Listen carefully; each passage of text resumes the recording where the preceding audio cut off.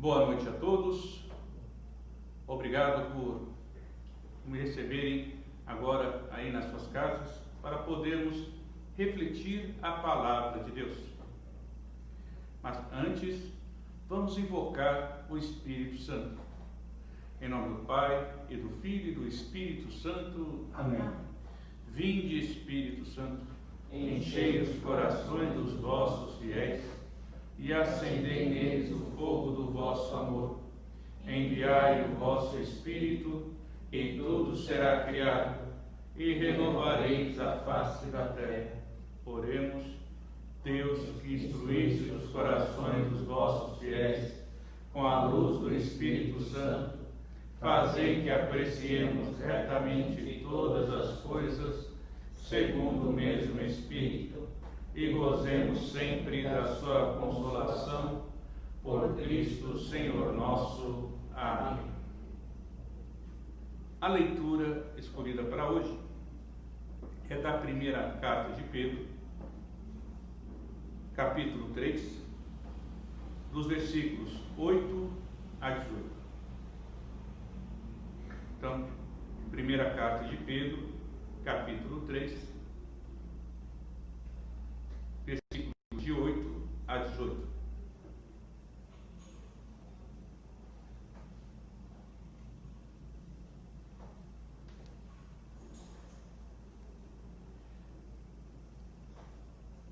Esta carta, ela é escrita para as comunidades da Ásia Menor, onde havia muita hostilidade contra os cristãos, que não eram muito bem aceitos naquela região.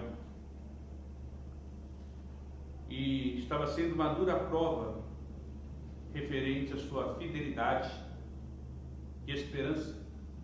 Porque cá entre nós, em um ambiente que às vezes é difícil você viver, você ser aceito, né, onde as pessoas não te olham, né, te olham com diferença, não te olham muitas vezes com respeito, é difícil às vezes você permanecer fiel a uma causa, é muito difícil você permanecer fiel a um projeto do qual você está sendo tão mal visto. Se nós formos lá para Jeremias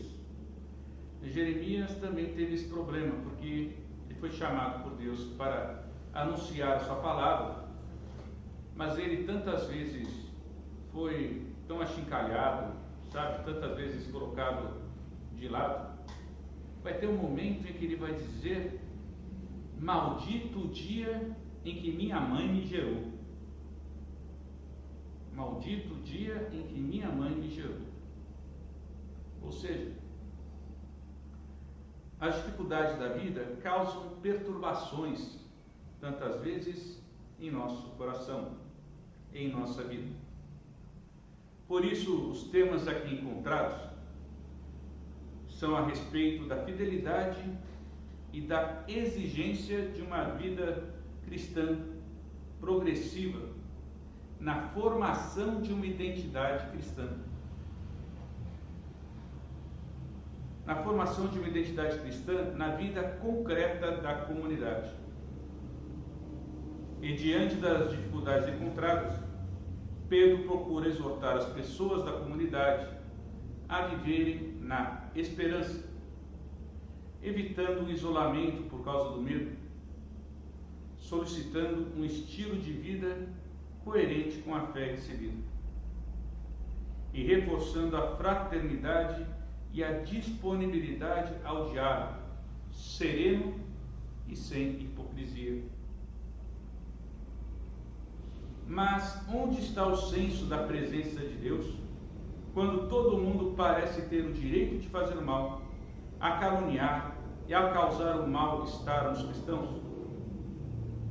Com isto, há o risco de uma desesperança por causa de uma violência gratuita que nos faz reagir de maneira inoportuna e agressiva, e que também leva a duvidar da justiça de Deus, que deixa correr cada coisa sem parar a mão do malvado. e a este desconforto que responde esta carta.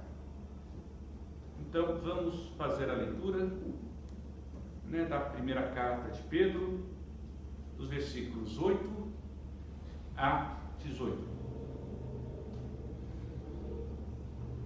Finalmente, sede todos unânimes, compassivos, fraternos, misericordiosos e humildes. Não pagueis o mal com o mal, nem ofensa com ofensa, mas ao contrário, abençoai. Para isso fostes chamados para seres herdeiros da bênção.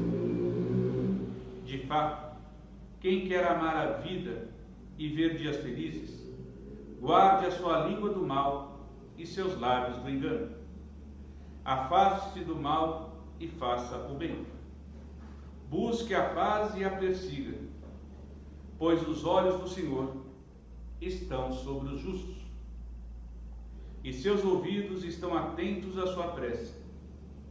Mas o rosto do Senhor volta-se contra os que praticam o mal. Paciência, segundo o exemplo de Cristo. Ora, quem é que vos fará mal, se sois zelosos do bem?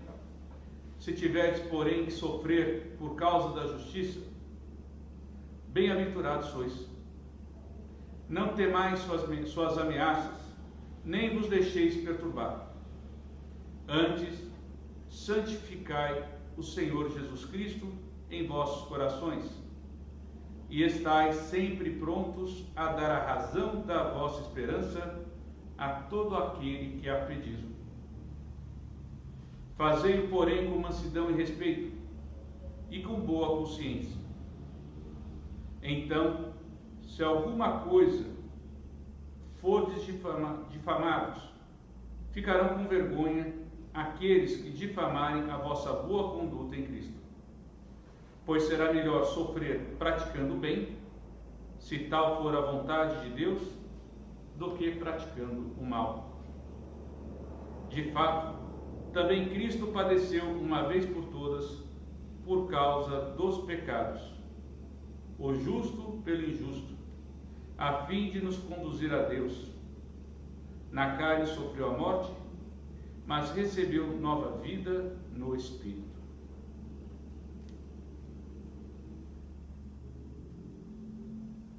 Vamos, então, perceber aqui no nosso texto, na carta aqui de Pedro, como diante das dificuldades, diante da situação de hostilidade em referente àqueles que já são cristãos, já são batizados, como eles são, então, orientados a viver. Porque nós recebemos a vida nova em Cristo. E a vida em Cristo, ela é diferente. Ela não segue os mesmos esquemas que nós. Por isso, agora vamos refletir um pouco a respeito destas questões. Pois diante das injustiças sofridas por aqueles a quem são submissos, porque a carta é dirigida àqueles que provavelmente são escravos, são empregados, então eles sofrem muitas coisas por causa dos seus patrões que não aceitam a sua condição de serem cristãos, pois estão indo contra talvez a religião, a situação daquela região toda, que é o continente da Ásia Menor. Por isso Pedro exorta a comunidade para que eles sofram com dignidade e que paguem o mal com o bem, e não o mal com o mal, nem ofensa com ofensa, mas ao contrário, que abençoemos os que estão contra nós. Porque, sinceramente, nós estamos acostumados com a lei de Italião. Olho por olho, dente por dente. Nós aqui temos, né, a forma de dizer, pagar na mesma moeda. Ou seja, nós queremos aquela lei, né, bateu, levou. Mas Jesus mesmo fala que quando bater do lado direito, oferece o lado esquerdo. Jesus, ele pede para que nós tenhamos uma atitude pacífica diante da violência. São João Paulo II vai falar muitas vezes nas suas homilias, nas suas audiências, para termos muito cuidado com o caminho do mal, pois o mal alimenta o mal. O mal alimenta o mal. Por isso, repetindo aqui, né, Pedro vai orientar a comunidade a que paguem o mal com o bem e não paguem a ofensa com a ofensa. Ou seja, temos que orientar o nosso comportamento e a nossa língua. Mas ao contrário, que abençoemos os que estão contra nós.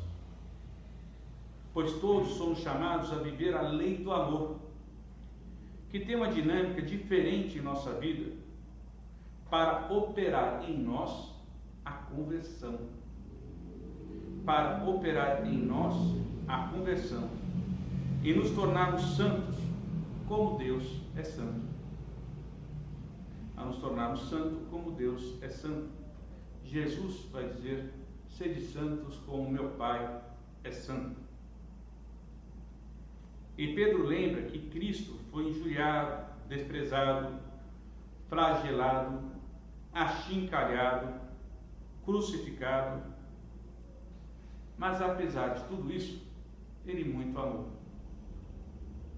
Ele amou até os que lhes colocaram nesta condição. Judas, que o traiu, os soldados do templo que o prenderam, Pilatos, que o julgou, os soldados e guardas romanos que o chicotearam, colocaram a cruz, colocaram a coroa de espinhos em sua cabeça e bateram, colocaram um manto sobre ele, os que o levaram para ser no caminho da Via Crucis para ser crucificado, e os sacerdotes também que o condenaram. A todos ele perdoou quando estava na cruz, dizendo: Pai, perdoai-os, que eles não sabem o que fazem. Por isso Pedro lembra, lá nos versículos 15 e 16: Se tiverdes, porém, que sofrer por causa da justiça, bem-aventurados sois. Não temais suas ameaças, nem vos deixeis perturbar. Antes santificais o Senhor em vossos corações, e estáis sempre prontos a dar a razão da vossa esperança a todo aquele que vos pedir. Fazei-o, porém, com mansidão e respeito, e com boa consciência.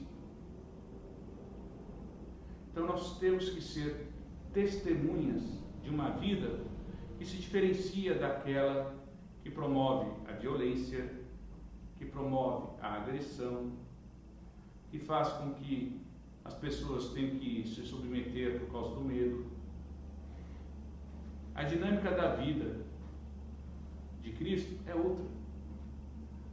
A vontade de Deus é que todos nós sejamos como Cristo, pacíficos no amor e profundos no falar, no servir, para que, sendo como Cristo, possamos transformar o mundo, possamos transformar a nossa vida, porque o mundo nunca será transformado se não mudarmos profundamente o nosso coração. E é por isso que o texto, ele elenca 5 virtudes. E vai lá no versículo 8, quem quiser olhar aí, né, na Bíblia, na carta de Pedro, ele vai elencar unanimidade, compaixão, fraternidade, misericórdia e humildade, recorrendo a uma atitude de intenso afeto, principalmente entre os cristãos. Porque nesse momento que todo mundo está ameaçado, em que as pessoas se veem, aflitas por causa das suas próprias vidas, todo mundo geralmente às vezes procura seus próprios interesses, Tanto que na história da igreja vemos vários momentos de perseguições em que existiram aqueles que chamamos de lápices, ou seja, que abandonaram a fé por causa da perseguição. Muitos que, apesar de abandonaram a fé, e denunciaram a outros. Ou seja, então nós temos que evitar, essa divisão. Por isso que é tão importante aqui a unanimidade.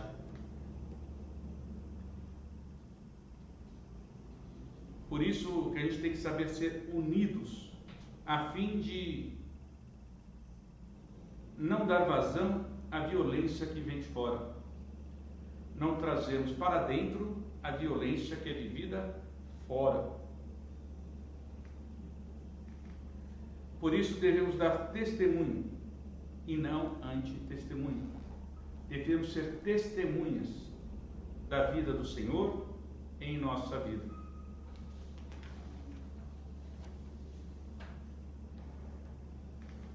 E quando falamos de unanimidade, devemos recorrer aos Atos dos Apóstolos, capítulo 2, versículo 4, para entender a unanimidade. Todos que abraçavam a fé viviam unidos e possuíam tudo em comum. Eles viviam unidos, crendo no Cristo, vivendo aquilo que devia ser comum entre eles, o amor uns aos outros. Jesus vai dizer: amai-vos uns aos outros como eu vos amei. E é por esse sinal que reconhecerão que vós sois meus discípulos. É viver esse amor que acaba com as diferenças, esse amor que faz com que as pessoas lutem pela mesma coisa, para que elas lutem não de uma forma violenta, mas lutem de uma forma a conquistar o coração das pessoas, para que elas possam, através do testemunho da vida, das suas próprias vidas, mudar, serem outras pessoas. Porque quando vemos que uma pessoa consegue mudar, às vezes a gente se inspira e fala: eu também posso. Porque uma das coisas mais difíceis de se quebrar na vida de cada um é o orgulho. É o orgulho que tantas vezes não permite que nós possamos mudar o olhar da nossa vida, possamos mudar o entendimento da nossa vida para melhor conviver com o outro. Porque tantas vezes o orgulho faz com que nós sejamos egocentristas e deixemos de ser altruístas. Fiquemos olhando só para nós mesmos, achando que o mundo está à nossa volta, em vez de viver a serviço do outro, viver com o outro, e assim fechando-nos em nós mesmos.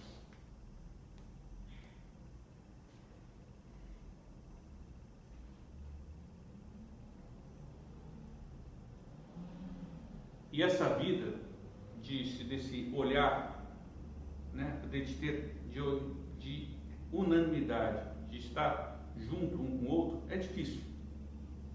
Não é fácil você viver fraternalmente, verdadeiramente, um com o outro. Mas cá entre nós é difícil, mas possível. Porque para Deus nada é impossível. E aqui também é proposta uma divisão nessa carta, onde podemos distinguir 5 partes. E elas são intrínsecas, mas também são distintas. Quer dizer, elas se completam de uma forma, mas podemos vê-las separadamente.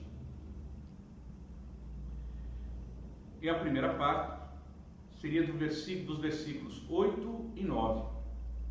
8 e 9. Que vai dizer assim: que finalmente tenham todos a mesma atitude, sejam compassivos, cheios de amor fraterno, misericordiosos e de espírito humilde. Não paguem o mal com o mal, nem um insulto com outro insulto, ou a ofensa com a ofensa. Pelo contrário, abençoem, porque para isso vocês foram chamados, isto é, para serem herdeiros da bênção.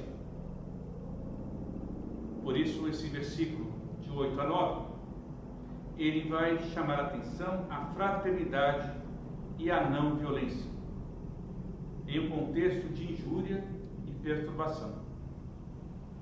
Então vai mostrar que o caminho do cristão não é pagar na mesma moeda, mas é pagar uma moeda melhor. Por quê? Porque ela é o da bondade, do amor, da compaixão, da humildade. A segunda divisão é do capítulo de 10 a 12, que ele fala do autocontrole e confia na visão justa de Deus, dizendo: de fato, aquele que ama a vida e deseja ver dias felizes, guarde sua língua do mal e seus lábios de proferir mentiras. Afaste-se do mal e pratique o bem, busque a paz e procure segui-la, porque os olhos do Senhor estão sobre os justos, e seus ouvidos estão atentos à prece deles. Mas o rosto do Senhor se volta contra os que praticam o mal. Quem lhes fará mal? Porque se Deus está conosco, quem está contra nós? A terceira divisão dá voz à perplexidade, encorajando a coerência no fazer o bem, apesar de você estar sofrendo o mal. Então, na carta vai estar escrito assim: e quem lhes fará mal? Se vocês se empenham em fazer o bem, se sofrem por causa da justiça, felizes de vocês. Não tenham medo deles, nem fiquem assustados. Porque se você está sofrendo por fazer o bem, você não pode se arrepender de fazer o bem, mesmo que seja ameaçado. O bem, ele tem que ser feito mesmo. O bem tem que ser realizado. Veja, Jesus só fez o bem. E onde colocaram? Na cruz.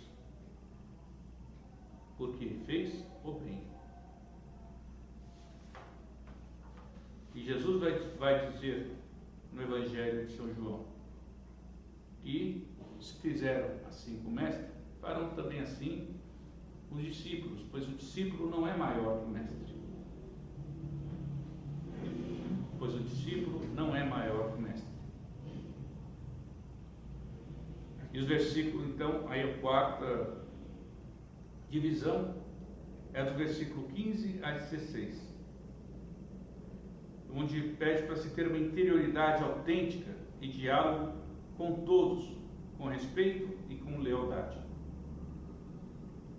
Ao contrário, reconheçam de coração o Cristo como Senhor, estando sempre prontos a dar a razão de sua esperança a todo aquele que a pede de vocês, mas com bons modos, com respeito e mantendo a consciência limpa. Assim, quando vocês forem difamados em alguma coisa, aqueles que criticam o bom comportamento que vocês têm em Cristo ficarão confundidos.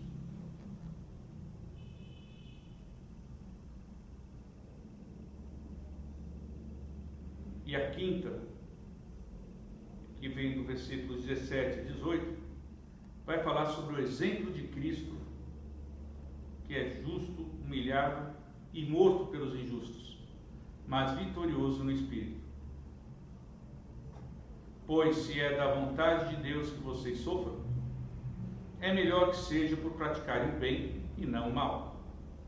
De fato, o próprio Cristo morreu uma vez por todas pelos pecados, o justo pelos injustos, a fim de os conduzir a Deus.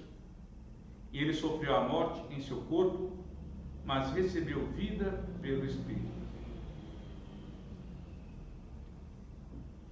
Agora, como podemos trazer tudo isso a nossa vida? Porque diante de um ambiente hostil, muitas vezes também podemos viver e vivemos, como podemos então lidar com essas situações? Então, quantas vezes as coisas não acontecem do jeito que queremos? Diante de determinadas situações em que nos achamos injustiçados, rogamos logo a Deus dizendo: Deus fará justiça. Mas o problema é que pensamos que Deus tem que decidir de acordo com o nosso juízo, porque achamos que o justo é o que pensamos. Quantas vezes verificamos que parece que o injusto parece ter vantagem diante do justo e nos revoltamos com essas situações? Tudo isso pode acontecer conosco. Então, só para ilustrar essa questão da dificuldade, do ambiente hostil, e do testemunho,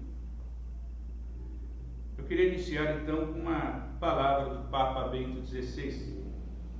Houve uma ocasião, foi no início do seu pontificado, não se lembro se foi em 2005, 2006, mas ele vai visitar Auschwitz. Ele deve ter entrado várias vezes ali, mas com o Papa foi a primeira vez que ele pisou lá em Auschwitz. E ele vai dizer: há momentos em que perguntamos onde Deus está. Porque diante da atrocidade, da obscuridade, talvez do período mais obscuro do século XX, que foi a Segunda Guerra Mundial, quantas injustiças ali aconteceram. Foi naquele momento sombrio da história, onde muitas das coisas que a nossa reflexão anterior nos aponta e estão aqui presentes. Mas onde está o senso da presença de Deus, quando todo mundo parece ter o direito de fazer o mal, a caluniar e a casar com o mal aos outros?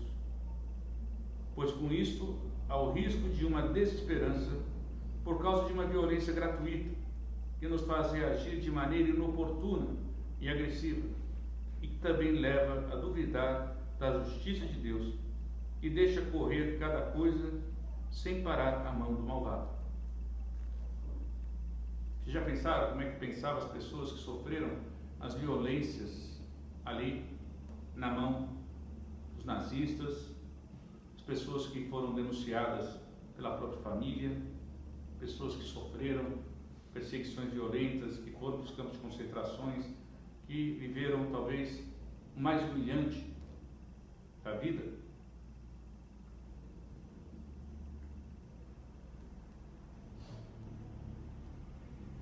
Mas foi neste momento, vejam só, mas foi neste momento que no silêncio dos corações surgiram atos heróicos.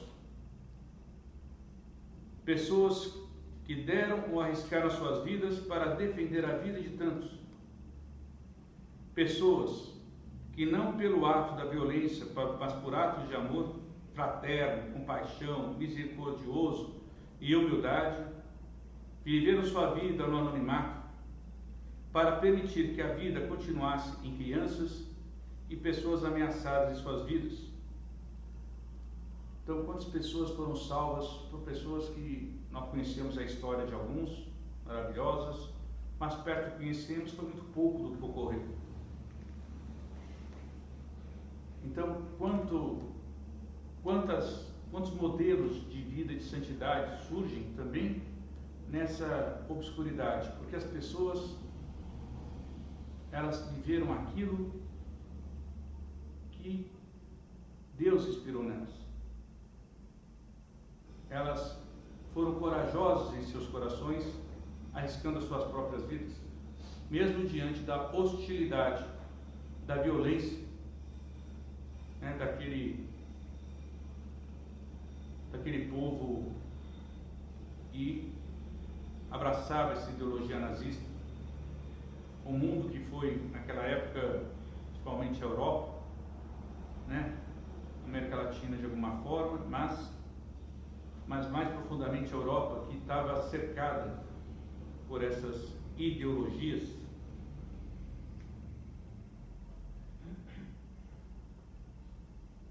Possamos nós também, né, diante de tanta escuridão, corrupção, roubos, pessoas querendo levar vantagens, pessoas que zombam da nossa fé, né, já tem muitas pessoas que falam realmente de determinados lugares que não podem professar a fé. Tivemos um momento aí muito forte em que as pessoas que carregavam algum objeto religioso, uma cruz no peito, ou então tivessem uma cruz num local público, tiveram que tirar. E diante dessa situação, como é que nós ficamos? Pois devemos lembrar que devemos odiar a situação, mas devemos amar as pessoas. Devemos odiar a situação, mas devemos amar as pessoas.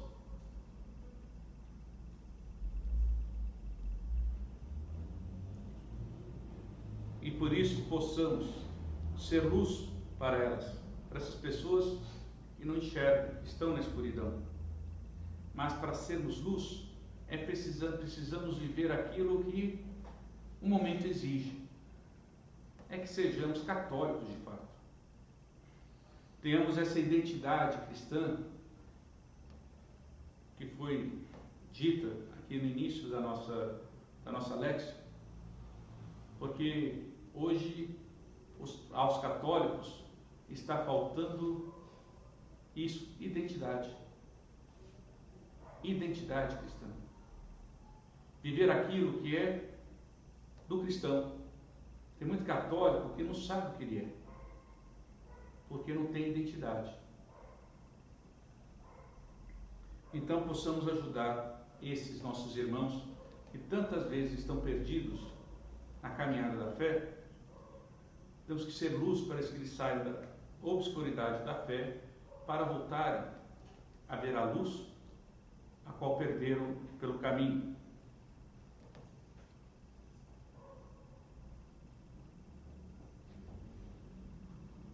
Por isso, sejamos testemunhas fiéis do amor de Deus por nós, que nos deu o seu Filho para que todos tivéssemos vida nele. Por isso, queria terminar dizendo uma frase que eu acho que ela é muito importante para a nossa vida de cristãos católicos. Tenhamos cuidado com o nosso proceder, pois a nossa vida pode ser o único evangelho que nosso irmão tem para ler. Por isso, lembre-se sempre, diante da escuridão, você é chamado a ser luz. Mas para ser luz, você tem que ter atitudes virtuosas, capazes de iluminar o caminho daqueles que não sabem o seu caminho. Isso tudo porque Cristo nos comunicou esse amor pela sua vida. Amém. obrigado por nos receber em sua casa, por estar conosco, e que Deus os abençoe. O Senhor esteja convosco. Ele está no meio de nós. Abençoe-os o Deus Todo-Poderoso, Pai, Filho, Espírito Santo. Amém.